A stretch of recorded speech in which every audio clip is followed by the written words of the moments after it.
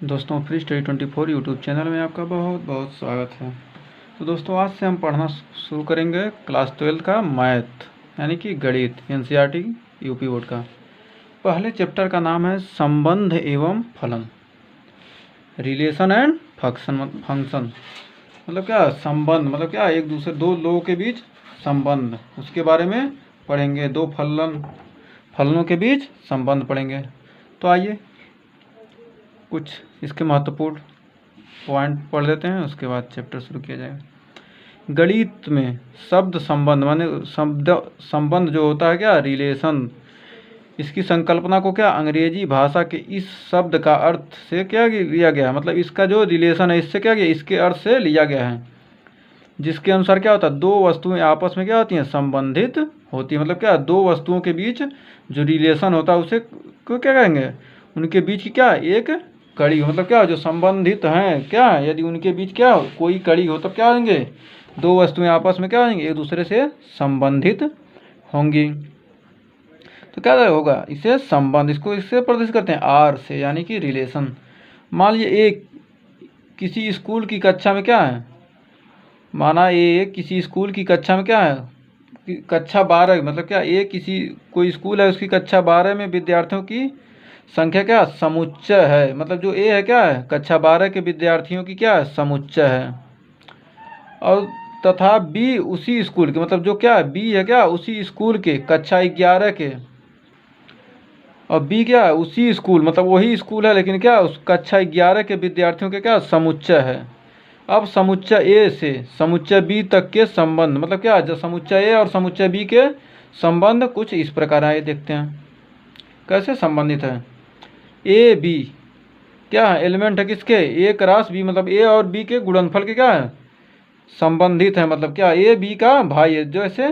क्या ए क्या बी का भाई है, A B element A cross B A B की बहन है। लेकिन क्या तथापि ए तथा बी तक के किसी संबंध आर को मुख्य रूप से हम गणित में क्या लिखते हैं ए क्रॉस बी, मतलब जो ए और बी का संबंध क्या ए क्रॉस बी से क्या कर सकते हैं संबंध से लिखते हैं, जिसे क्या करेंगे स्वेच्छ उप समुच्चय की तरह क्या कर सकते हैं इसको परिभाषित करते, मतलब ए क्रॉस बी को क्या स्वेच्छ उप समुच्चय की तरह क्या किया गया इसको परिभाषित करते हैं। यदि ए बी जो मतलब ए कामा बी कोष्टक में फिर एलिमेंट आर, तो हम कहते हैं कि संबंध आर के अंतर्गत ए बी से क्या है संबंधित है। मतलब क्या है ए और बी यदि एलिमेंट आर के हैं क्या आर से क्या है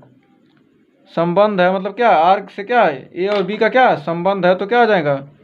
इसको क्या लिख सकते हैं ए आर बी, इसको क्या लिखेंगे ए आर बी, ऐसे रहेगा तो क्या लिखेंगे ए आर बी लिख सकते हैं। अब संबंधों के प्रकार आइए जानते हैं संबंधों के प्रकार। किसी समुच्चय ए से संबंध ए क्रॉस ए का उप समुच्चय होता है। मतलब क्या यदि ए क्रॉस ए क्या है उसका क्या है उप समुच्चय का संबंध होगा। समुच्चय के बारे में आप लोग क्लास 11th में ही पढ़े हुए हैं, उसी के बारे में थोड़ा सा इसमें देखना है, ज़्यादा कुछ नहीं, आप पहले से ही जानते हैं सबके बारे में। किसी उप समुच्चय ए में क्या संबंध ए क्रॉस ए क्या एक उप समुच्चय होता है, एक समुच्चय ए है तो क्या उसका उप समुच्चय क्या आ जाए ए इंटू ए होता है। तो आइए देखते हैं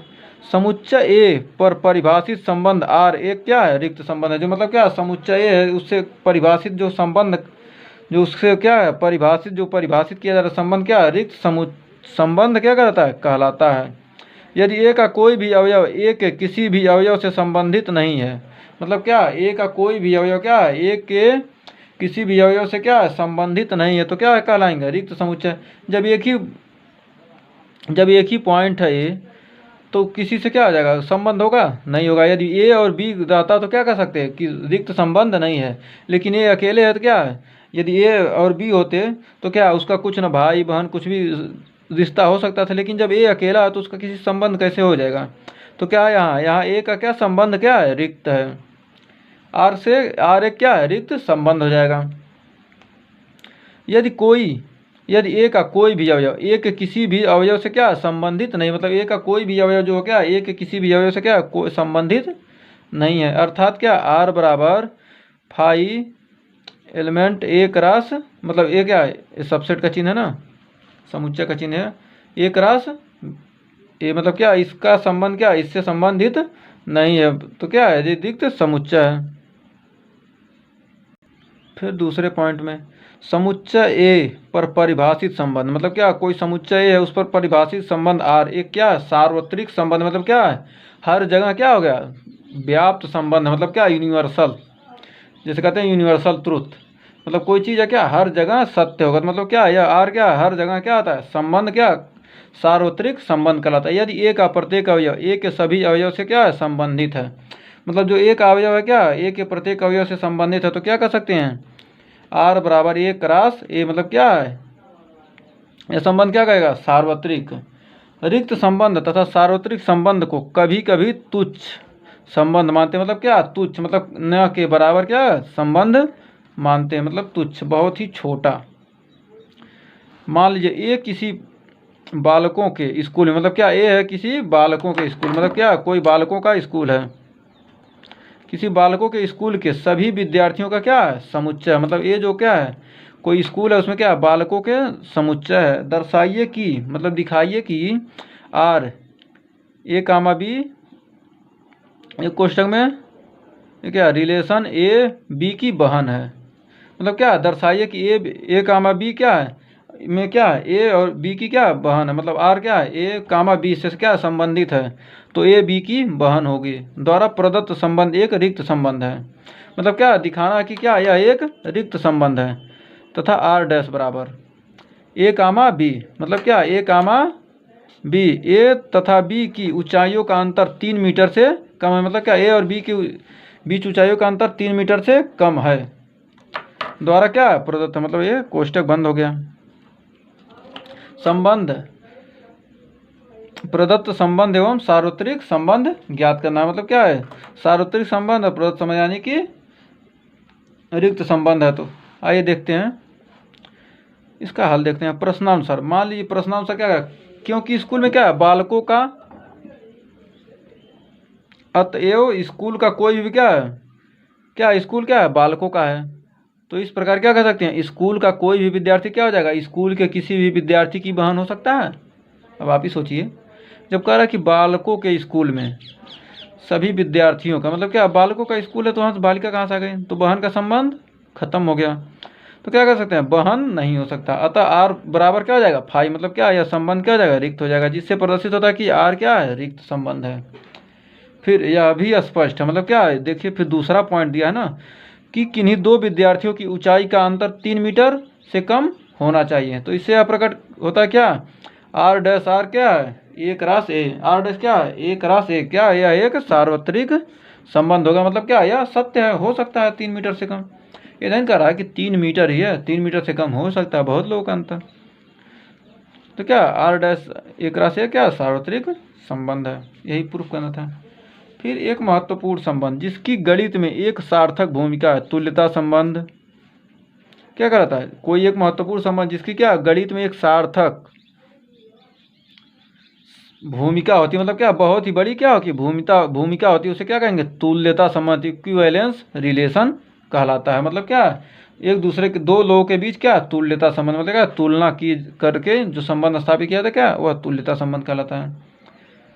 तुल्यता तुलना से संबंधित है, नाम से ही पता चल रहा है।